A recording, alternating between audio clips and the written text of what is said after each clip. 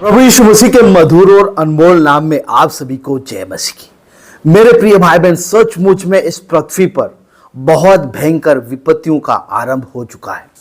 जी हाँ, हम कई सालों से देख रहे हैं, अपनी आंखों से देख रहे हैं, जहाँ पर हम अलग अलग देशों में हम देख सकते हैं कि बहुत सारी विपत्ति का सामना करना पड़ रहा है। जी हाँ, अगर हम इंडिया की बात करें तो इंडिया में कई राज्यों में बाढ़ के हालात हैं, जिसके कारण से कई लोगों की मौत हो गई है।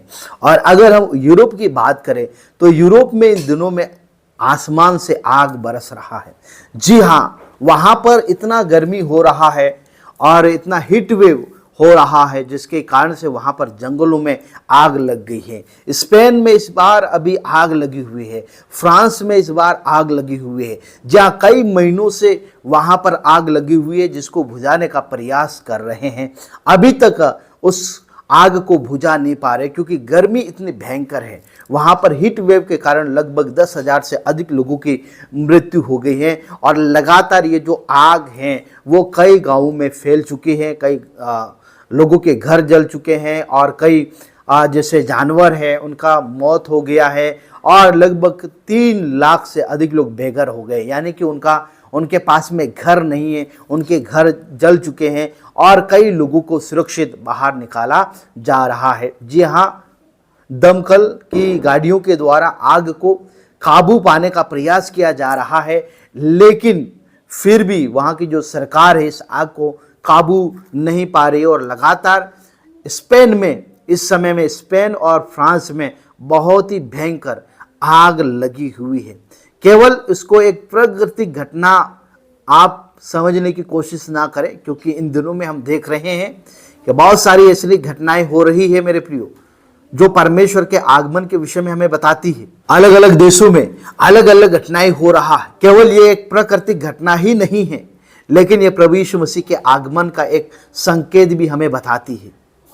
सवाल ये नहीं है कि प्रभु यीशु मसीह कब आएंगे, सवाल ये है कि जब यीशु मसीह आएंगे तो क्या हम विश्वास में पाए जाएंगे, क्या लोग विश्वास में पाए जाएंगे, क्या लोग विश्वास में मजबूत रहेंगे।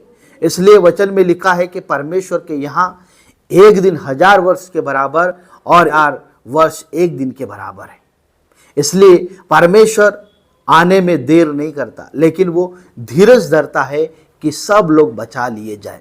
तो इन दिनों में यूरोप में, फ्रांस में बहुत भयंकर आग लगी हुई है। यूरोप है वो जल रहा है, विशेष करके स्पेन और फ्रांस में भयानक आग लगी हुई है।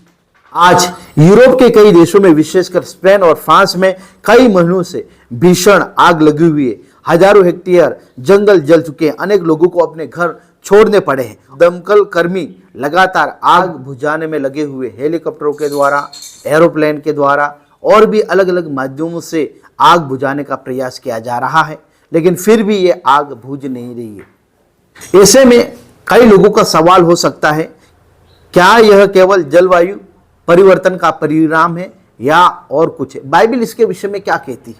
आज जो घटनाएं हो रही हैं, बहुत ज़्यादा घटनाएं हो रही हैं। जी हाँ, आपको डराने के लिए नहीं, लेकिन बाइबल की सत्यता मैं आपके सामने रखना चाहूँगा। जैसा मैंने आपको बताया कि यूरोप के कई हिस्सों में जहाँ पर अभी सूखा है, बारिश नहीं हो रही है, गर्मी है, हीट वेव है, जिसके कारण से तेज आग लगी हुई है।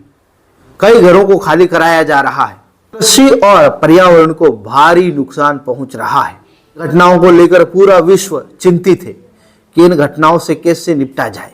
लूका उसका 21 अध्याय 11 वचन में लिखा है, भिन्न भिन्न स्थानों में बड़े बड़े भूकंप होंगे और अकाल और महामारी होगी और भयानक घटनाएं तथा आकाश में बड़े चिन्ह दिखाई देंगे। ध्यान दीजिए, यहाँ पर यीशु मसीह ने भयानक घटनाओं का भी उल्लेख किया है। यीशु मसीह ने बताया कि अंत के समय में इस संसार में बहुत भयानक घटनाएं होगी और मनुष्य के अंदर भय भर जाएगा। रोमियो 8 अध्याय उसका 22 में लिखा है, सारी सृष्टि अब तक मिलकर कहराती और पीड़ा उठाती है। पूरी सृष्टि में भी पाप का प्रभाव है। मत्ती उसका 24 अध्याय 36 वचन में यीशु मसीह ने कहा, उस दिन और उस घड़ी के विषय में कोई नहीं जानता। मेरे प्रिय भाई बहन, संसार, ये दुनिया जैसे पहला था वैसे अब नहीं रहा। उसमें बहुत कुछ बदल चुका है। पीड़ाओं का आरंभ हो चुका है। बहुत सारी घटनाएं आज हो रही है। मनुष्य अपने आप को असुरक्षित महसूस कर रहा है। लोग प्रभु यीशु मसीह के ऊपर विश्वास करते हैं। मत्ती 24 उसका 42 वचन में लिखा, इसलिए जागते रहो। स्पेन और फ्रांस में जो आग लगी हुई है, जंगल और प्रकृति को बहुत नुकसान हुआ है। गांव और आवासीय इलाकों के आसपास में कई घरों को खतरा है। खेती और कई फसलें नष्ट हो गई। सड़क और परिवहन प्रभावित हुए। कई लोगों को निकाला जा रहा है। वन्य जीव और पशु पालन को भी खतरा है। स्पेन में जो लगी आग है वो अब तक कई क्षेत्रों में फैल चुकी है। मैंने आपको उनके कुछ वीडियो मैंने आपको बताए, जहां पर आप देख सकते हैं, और आप YouTube, Facebook में जाकर भी स्पेन, फ्रांस में जो आग लगी हुई उसके बारे में आप देख सकते हैं। स्पेन में पहली बार राष्ट्रीय वाइल्ड फायर इमरजेंसी का ऐलान किया गया है, क्योंकि स्पेन में लगी आग ने हजारों हेक्टेयर जमीन को अपनी चपेट में ले लिया है। यूरोप आग की भयंकर चपेट में आ चुका है। स्पेन और फ्रांस में लगी भीषण आग की वजह से अब तक 3 लाख से ज्यादा लोग बेघर हो गए हैं। वही 2.5 लाख से ज्यादा लोगों को सुरक्षित स्थानों तक पहुंचाया गया है। फ्रांस में 98,000 हेक्टेयर जमीन जलकर राख हो गई है, जो एक नया रिकॉर्ड है। पहला ऐसे कभी नहीं हुआ। यह देश की इतिहास में जंगल में लगी हुई भयानक सबसे बड़ी आग है। स्पेन के प्रधानमंत्री पेट्रो ने कहा है कि अब तक 1,30,000 हेक्टेयर जमीन जल गई है स्पेन में।